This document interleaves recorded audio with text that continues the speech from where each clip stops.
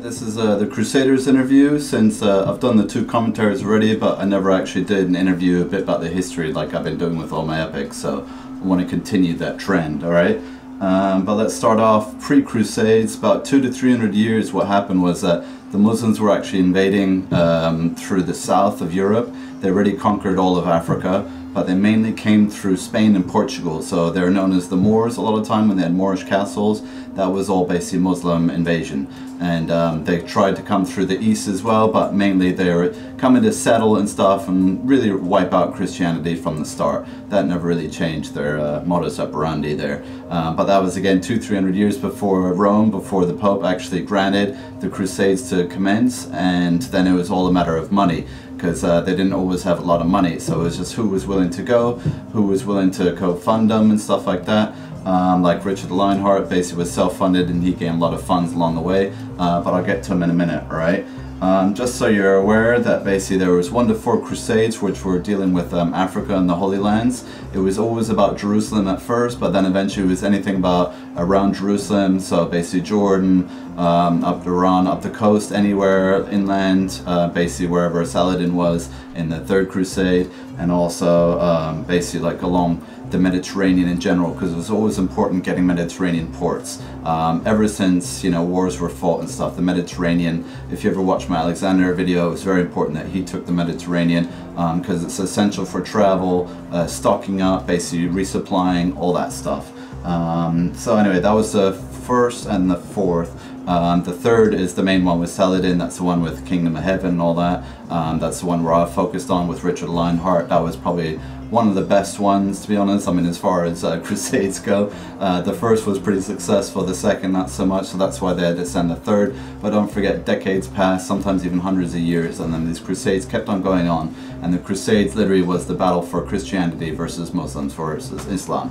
So that never really stopped, you know. Even nowadays, kind of, if you look at the Americans are like the religious ones, or apparently they think they are, but yeah, they say God and Jesus and all that stuff, whereas, you know, the jihad and all that stuff, they have Allah. Okay, anyway, that's for another time. I won't get into that now.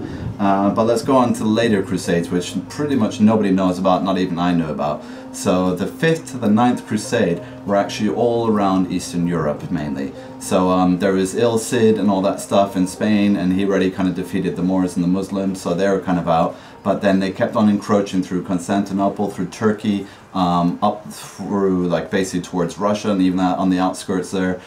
They're all there. They were there the whole time, you know. They're always trying to come back and get revenge, seek sort of holy sort of sacrifice or whatever, to kind of avenge their fallen brothers in the previous Crusades. It was a never-ending story with these guys, believe me. You know, even if it lasted hundreds of years, they would not give up. I mean, they've literally, for over 1,000 years now, potentially 2,000, they've been fighting the Christians and everybody, defeating them on their home turf, sometimes losing, sometimes winning. But anyway, that's what war is always like. So repeated Muslim invasions attempt to destroy Christianity, Catholics anywhere. It doesn't matter if they're Christian or Catholics. Don't forget, it started off as Christianity, and then all the different sects or versions, sorry, if you will, they became, you know, like Catholic and Roman Catholic, blah, blah, blah, all the other Catholics, whatever. But either way, it didn't matter the Muslims, it was all just Christianity. Now, the Third Crusade is my favorite one, and as I said, the best one, and that's why so many films were done about it. Even the reason why I did this is because Arnie was supposed to do a Crusade film with Paul Verhoeven. They spoke about it on the set of Total Recall, and it was all going ahead, but then it all got pulled in the last minute. So, well, last minute, went on for like a year, the script writing, rewrites, all that stuff, budgets, and the studio actually went with a Pirates film instead, Cutthroat Island, which was a big flop.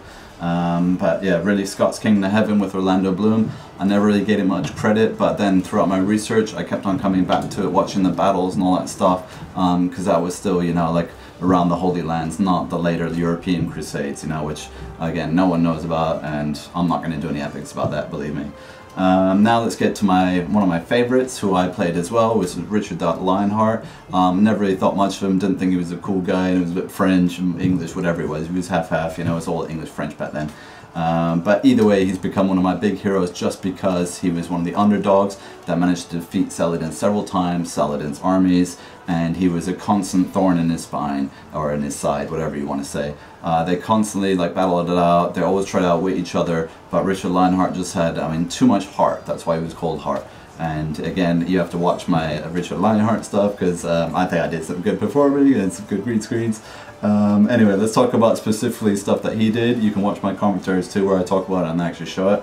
But the Jaffa Fort, which was in the Mediterranean, so first he conquered Cyprus, and then there was Jaffa, and Jaffa was a big trading port and a very important fort for general that region, you know, again on the Mediterranean. So what he did in 1191 was when he did the first sort of attack on the fort, and he besieged it, and then he went up north towards Jordan, all that stuff, but then he had to come back down in 1192, so that was for the second battle, if you will, and that's where I focus on it. In my sort of epic and the commentaries and all that stuff, and it was probably the first beach amphibious landing of its kind at the time. I mean, even now, like SEALs and all these army people, they study it just because it was way ahead of its time. He was sort of way too ambitious, you know, and that's how he defeated. He was thinking outside the box, and he defeated Saladin and the Muslims like several times.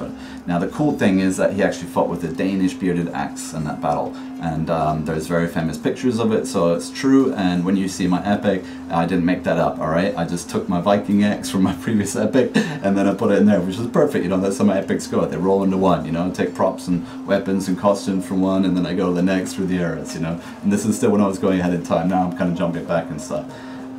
Anyways, King Saladin's army was the main rival to Lionheart, and basically a lot of them, Balian was actually a true character, so the Orlando Bloom person or character that he played was actually a real dude. And he was around, and he actually did sort of quite a lot of good, you know. He was in there fighting it out with Saladin and with the King of Jerusalem, played by Edward Norton in the film. They actually managed to broker a deal, so there was a kind of a truce and stuff like that where they left the Holy Land. So that was the end of the Third Crusade. Now, just to let you know, there's two versions of the Crusader that I've done. So there's the original one, which was kind of more of a test and stuff, and it was so cool, so badass. I had to do the follow-up, which was Richard Lionheart. So it's literally about this kind of like lone Crusader, if you will, lone pilgrim, and he goes through Europe to the Holy Lands, and then it kind of jumps to Richard Lionheart. So it's nearly as if he could have been Richard Lionheart, you know, but you know, that's why I kind of like do the epics, because I'm playing with all that. Now that brings me to my last point. So I also did Lone Crusader with a mate of mine, my man Batman, called Colin Russell, and he does my music for my Vietnam epic now, so we're kind of become regular collaborators. I helped him out with some lighting, he's helped me out with some music, as you do. And so you can see that as well. I'll finally upload it to my channel too, even though it's his film really. But yeah, he did all the music, the editing, the effects. I was just there as an actor really. But yeah, I mean, I've got this wonderful costume, right? So come on, it's pretty badass, right? Anyway, so that's it for Crusade interview. But yeah, watch my stuff to learn some more.